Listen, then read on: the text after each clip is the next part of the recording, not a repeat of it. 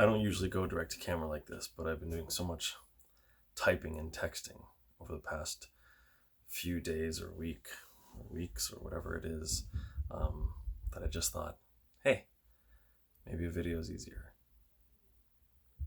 Hi, welcome. We're in the middle of something huge. We know it, we feel it.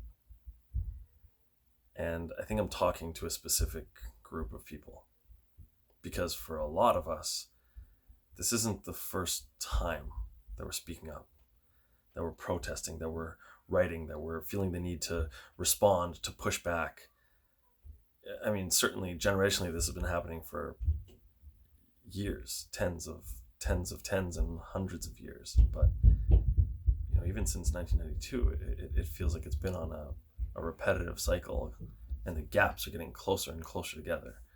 And at least in the past 5 to 10 years, I know that I have had to defend something in the movement to try and say something very, very frequently. This is different. This time is different. You feel it. And one of the big differences is that you're here. It's the first time. So thank you. If this is your first time being here, thank you. You just woke up. That's not a bad thing. That's a great thing. We just kind of have to acknowledge it. We need to know what that means. I've been talking a lot about doing the work with people. When I speak to people who are just kind of coming into this, I have lived this long and I haven't done anything, and how is that possible and what do I do? The answer that I give them is do the work. It's the answer that I give everybody in life about everything. I really do believe that we can work our way through a lot of things, emotionally, mentally, psychologically, personally, etc., etc.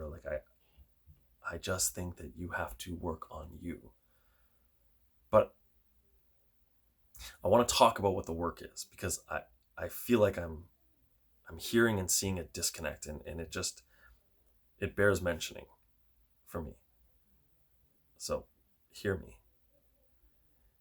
Hear me out. You just enrolled in this school, right? You're the new kid in class, and you get this syllabus, and it's massive. It's a huge syllabus. And the teacher says, you know what? This isn't even all of it. When you get through this, there's more, and there's no end, because, guys, this hasn't ended yet. There's so much to do, and there's so much to learn.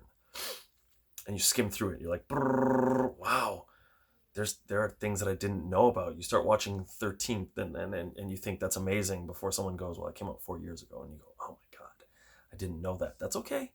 That's fine. You didn't know, but now you know. You're going through this syllabus.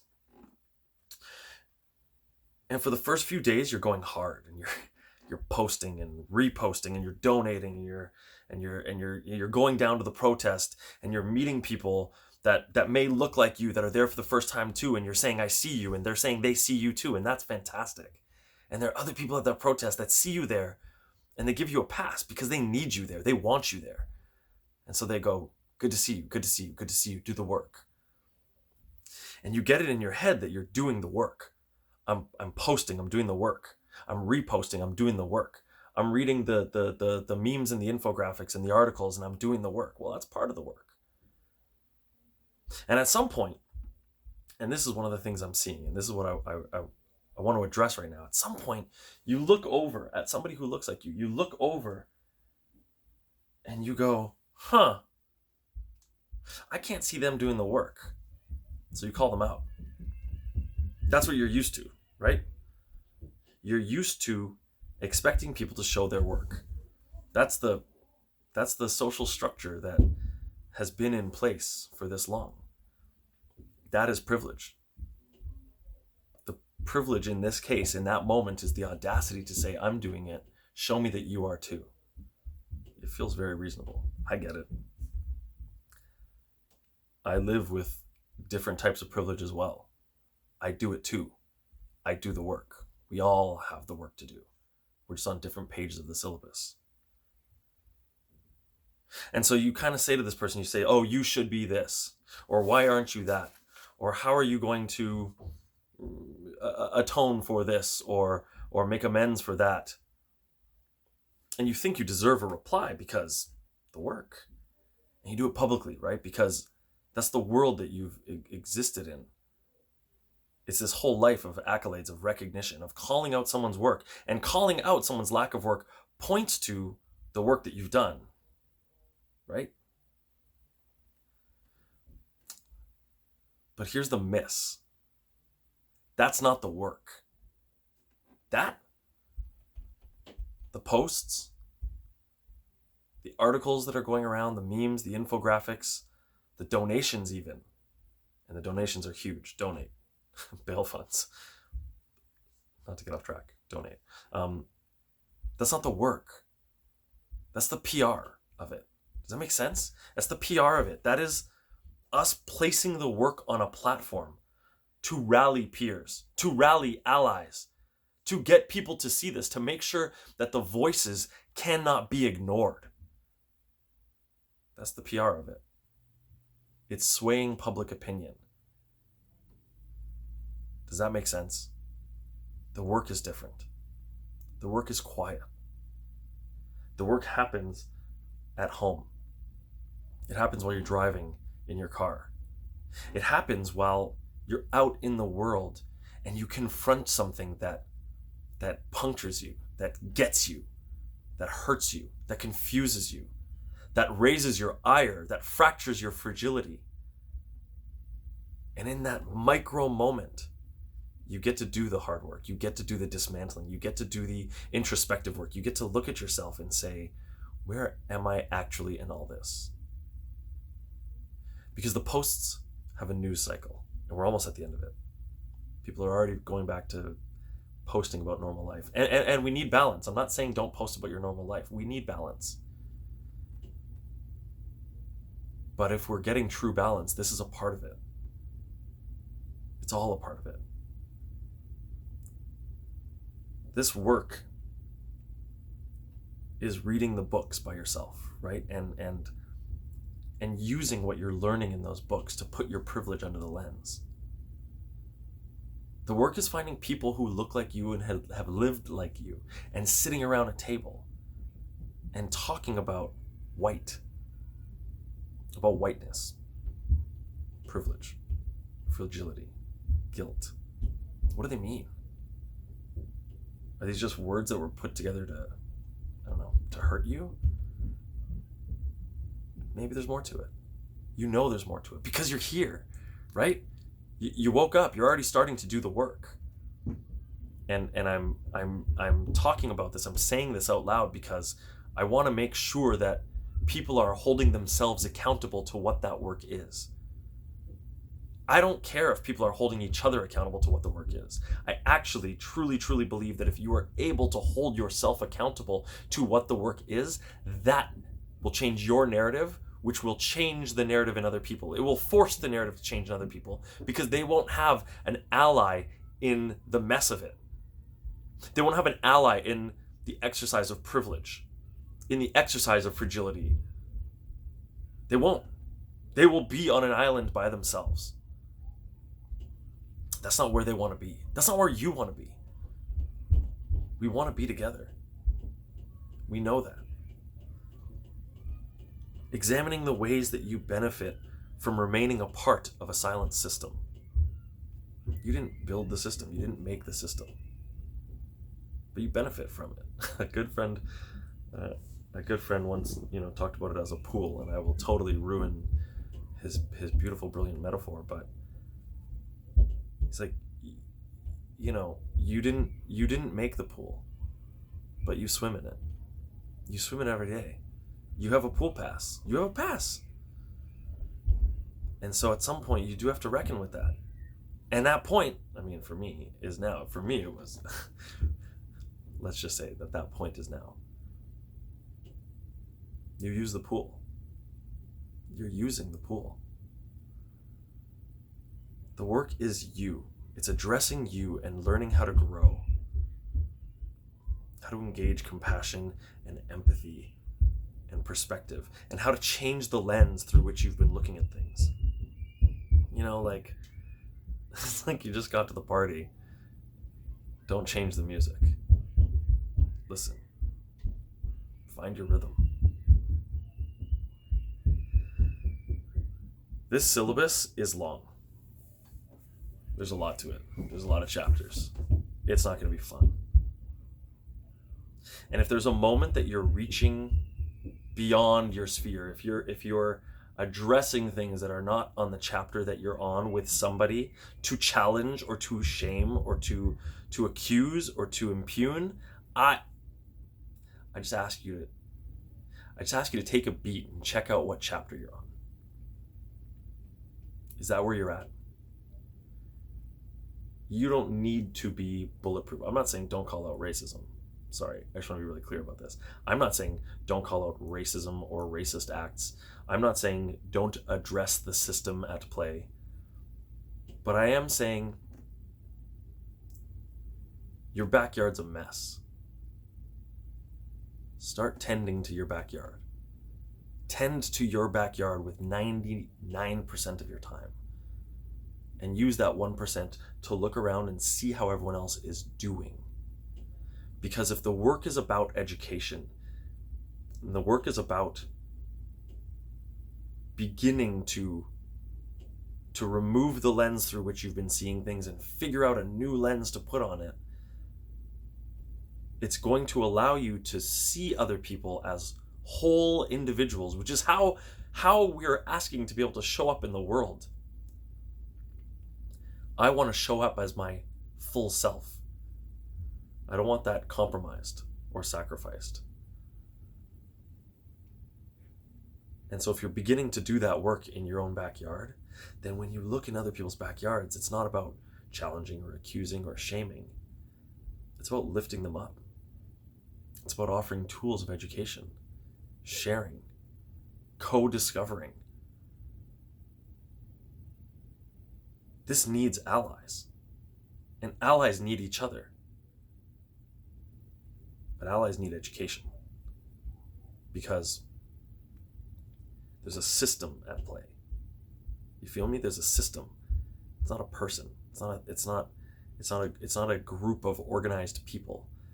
It's an ideology that is living underneath everything that we're doing, moment to moment. And the only way you can start to dismantle the system is if you know what you're looking at. Because for most of you, the system has been invisible. And systematic racism is not to say that if there was,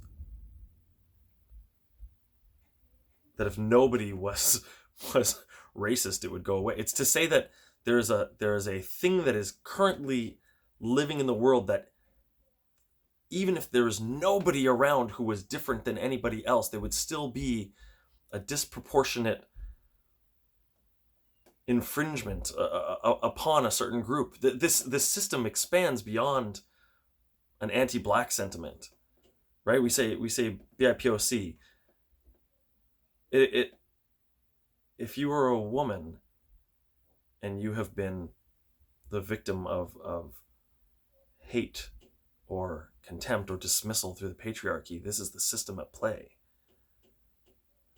right? It's everywhere. No one's immune to it. And so the work that we need to do as activists starts as human beings. We need to learn. We need to learn how we got here. We need to start to unbraid the narrative back to the point that we missed the information. And if this sounds like I'm telling you to do the work, I just want to be really clear. This syllabus is long. I might be on chapter 95. You might be on chapter 1. I have friends that are on chapter 300.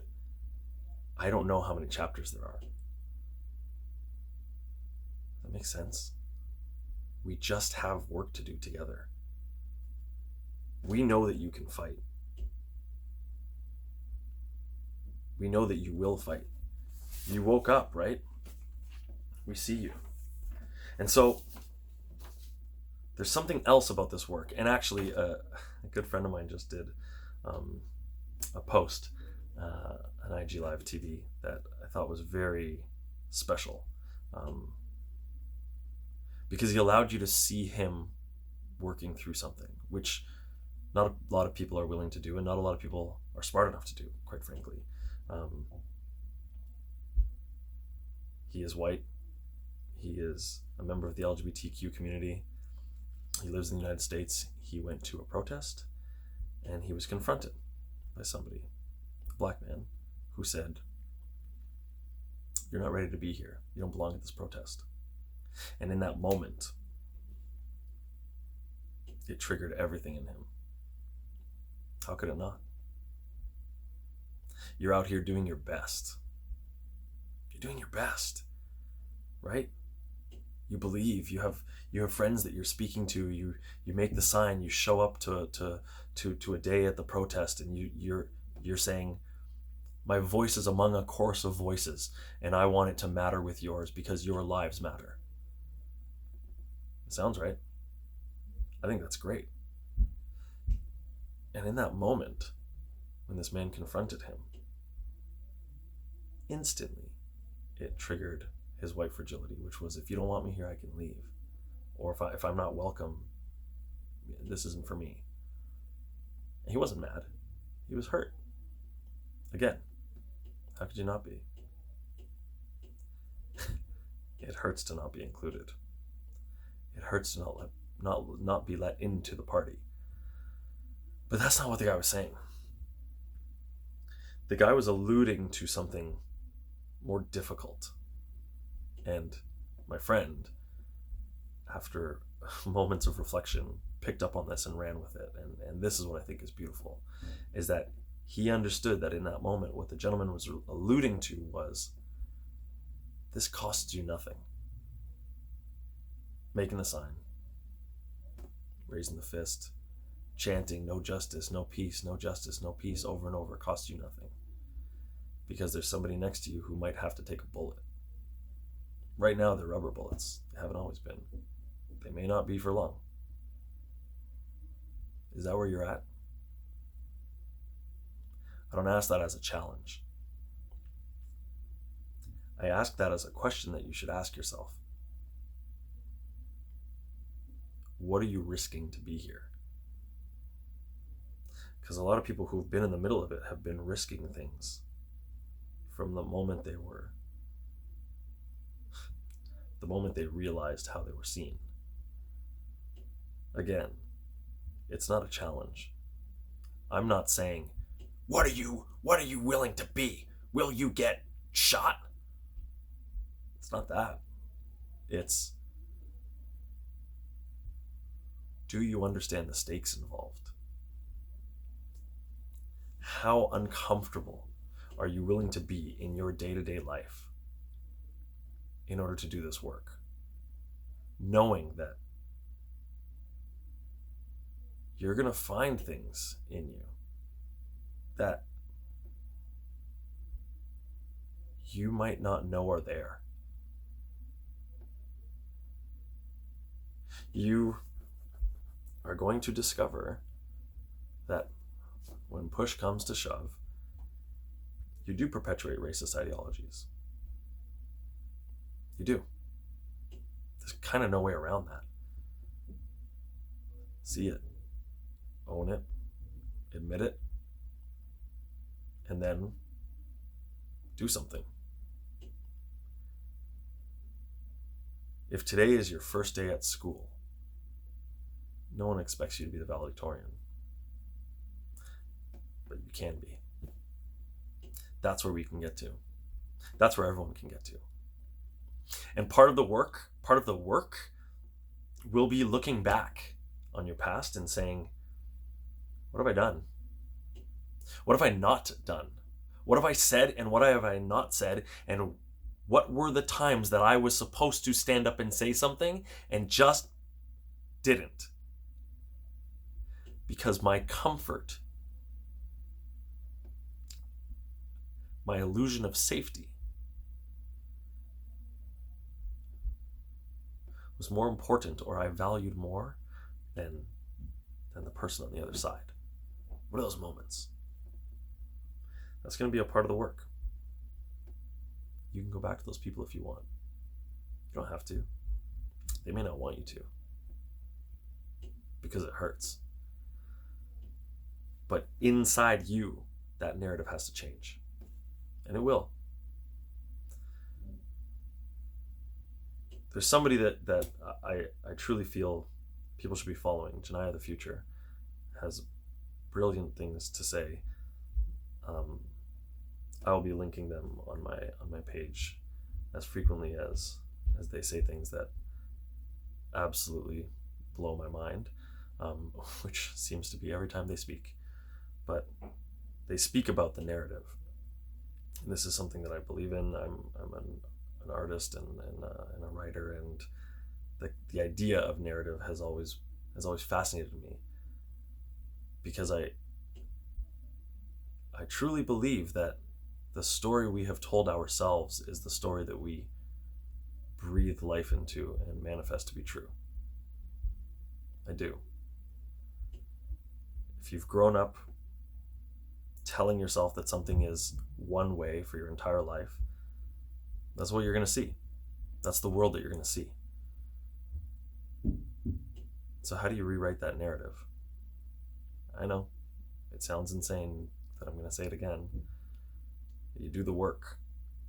You do the hard work of reading books, of watching docs, of following some of the brilliant leaders that are showing up online, right? Like, there are some amazing people that are smart in ways that, I mean, I'm in this and I don't know how they put this all together, but I do know they've been doing the work. They've been doing the quiet work inside. The Unplugged Collective and Adrian Michael Green, Kendrick Sampson, Amanda Seales, like, find them. Curious Parenting, The Conscious Kid, like, these are all just IG accounts that you can follow. It costs you nothing. You're on IG all the time anyways, right? Aren't we all? And there's going to be another thing that you're going to start hearing, and it's important.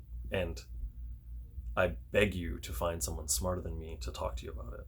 And I'm just going to scrape at it. But you're going to start to hear defund the police a lot. And there's a good reason. There are great reasons. The structure of policing, the infrastructure, the system that policing is a part of. I mean, you're already starting to see it. And right now, if you're in Canada watching me, which you probably are, it's so easy to think, yeah, it's not here. Guys, it's here. It's here. I'm going to tell you something in 1 second, but Canada's not immune to this. Canada's right in the middle of it. There's no difference. But you're going to start hearing defund the police. And I want you to find someone smarter than me, because there are some amazing, articulate, eloquent speakers who can put this into perspective so quickly and so crystal clear. And Janiyah the Future is definitely one of them. But when we talk about defunding the police, maybe it would serve you to think of it from the perspective of better funding our communities. They go hand in hand. The police budgets are insanely inflated. It's crazy. You're looking at 1/4 of a city's budget minimum is going to fund the police. And yet you have 2% of a budget going towards housing. And we wonder why people don't have somewhere to live. We wonder why people don't have things to eat. We wonder why there are different levels of mental health crises happening. We can fix all that. We can address all of that. We can begin to make inroads with all of that. But change requires sacrifice. And the argument for defunding the police also isn't to say there is no form of law enforcement in any way. It's not that. It's to say that we're using the right tool at the right time. We're no longer sending people in, who are ill-equipped to do the job that we are asking them to do. That's not to say that police are not equipped to do their job. I am saying that we are asking police to do a job that they are not equipped to do. They don't deal in mental health. That's not their gig. That's not their training. That's not their interest. We will find over time that the face of this, if we want to call it law enforcement, that the face of it will start to look different. It'll look empathetic. It'll look compassionate. There'll be elements of it that are still about justice, but that it has more to do with community justice, taking care of the people, taking care of the community, healing. Healing. I don't know that I think that funding and serving our communities is a radical thought. I don't.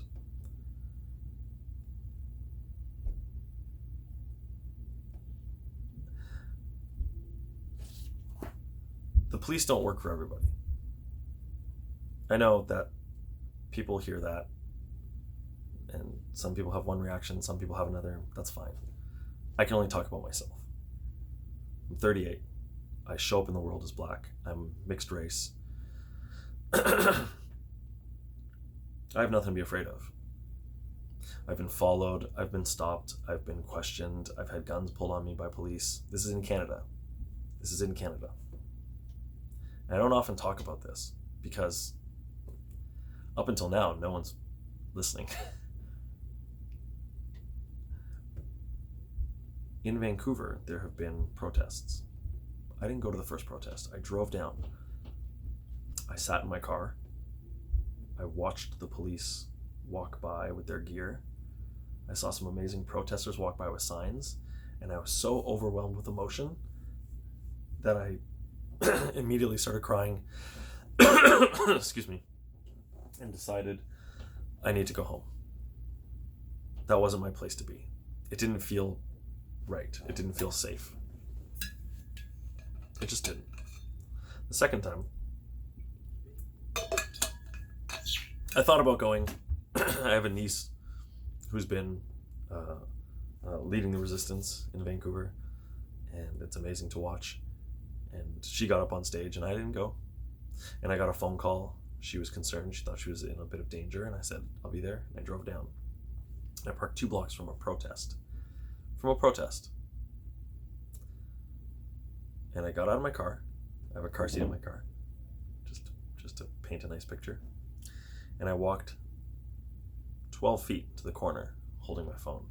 There are people around, and there's 2 police, maybe about 15 feet from me, standing outside their car, just chatting. And they looked up and they saw me and they said, "Where are you going?" And I froze. I didn't freeze because I was scared. I froze, excuse my language, because what the fuck?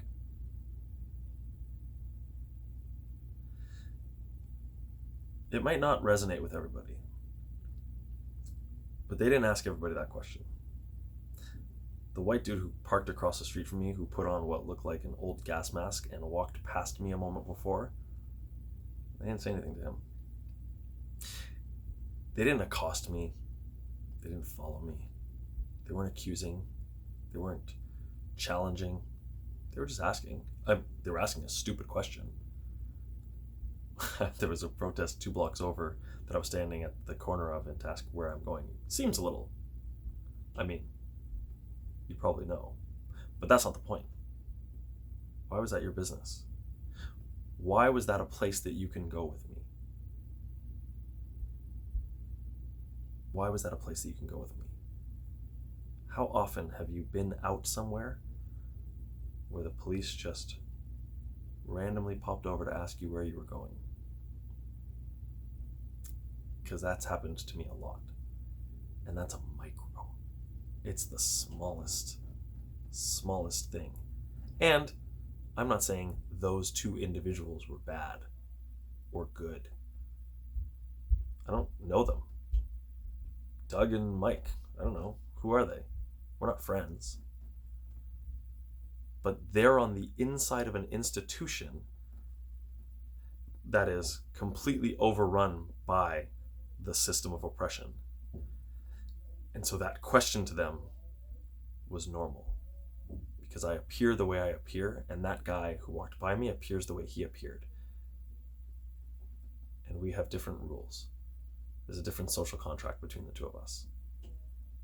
Or rather, there's a different enactment of the social contract on their part between the two of us.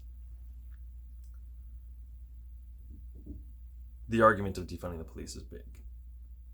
It's not going to go away. And in fact, some of the leaders that we're looking at in the United States right now are, in my opinion, the closest embodiments to the people that I grew up reading about from the 60s. They really are, and watching their ascension is powerful and beautiful. And I look forward to learning with them and raising my voice with them and fighting.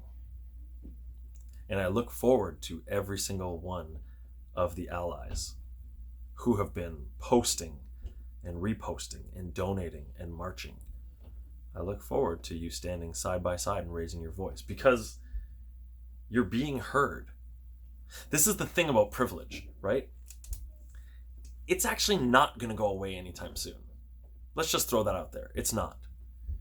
But when privilege is used passively, it works to your benefit. When it is used actively, it is one of the greatest tools that we have in this argument. Does that make sense? Because the system at play is used to serve you. And if you can use your privilege to question how it's serving everybody, the people who are enacting the racist ideologies from an institutional standpoint are going to be shouting into nothing. There won't be anybody on the other side, because you will have woken up. You will have been doing the work. You feel me? Your level of education will be so high that when someone says something, you'll go, no, that's not right. That ain't it. And when they push back, and they will push back, it won't be, well, that's not right because Black Lives Matters. It won't. It'll be, that's not right because education. You'll have so much to stand on that you win. I know that this isn't just about wins and losses, but it's irrefutable. If you're doing the work, if you embody the work, it is irrefutable. There is nothing that anyone can say or take away. And it will devolve on their end, and we're already starting to see it, to people screaming and pulling out guns and driving cars into... They're doing that because they're scared. I've been scared too. Fear makes you behave in very, very strange ways, but also fear makes you connect to whatever your primal story is. Change the story. The goal is to wake people up.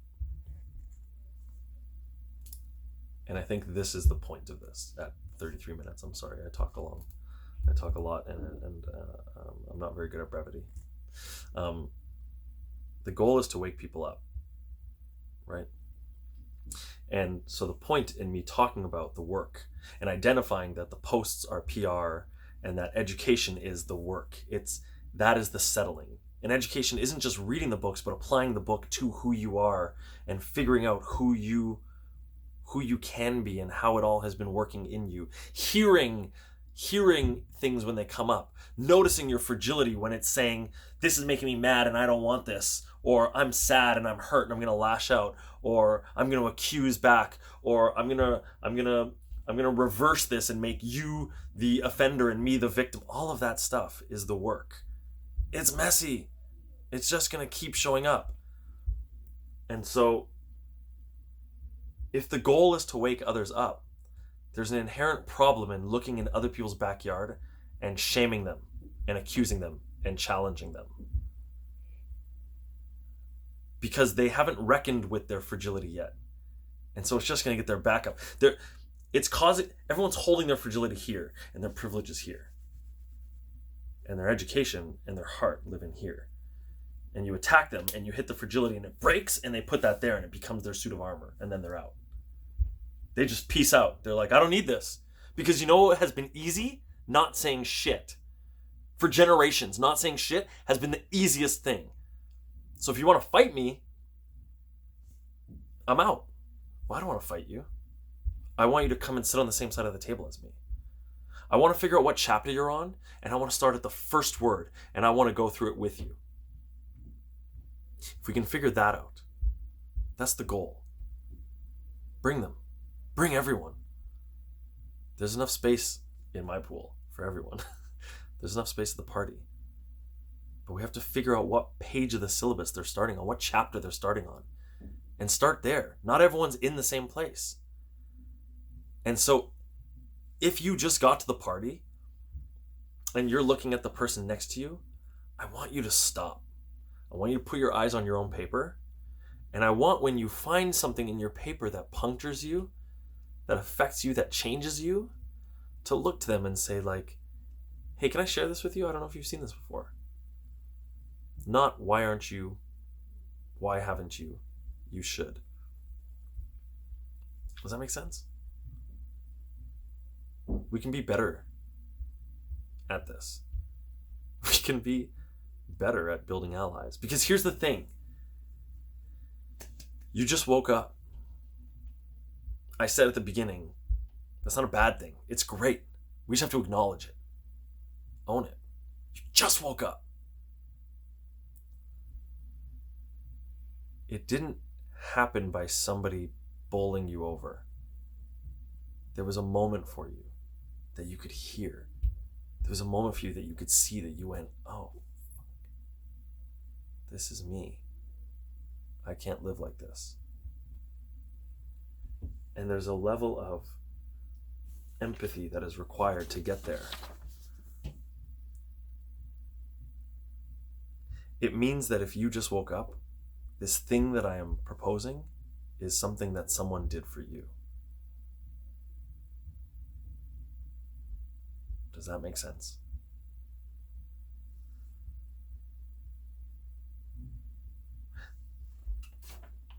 We have work to do. You're going to read it and hear it everywhere. Don't ask your black friends. Don't ask people of color.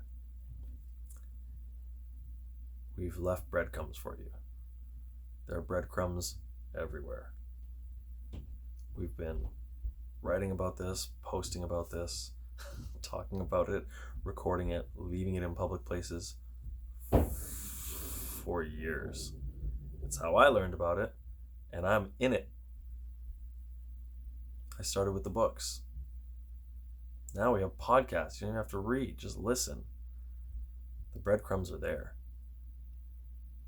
There are going to be times that you have questions.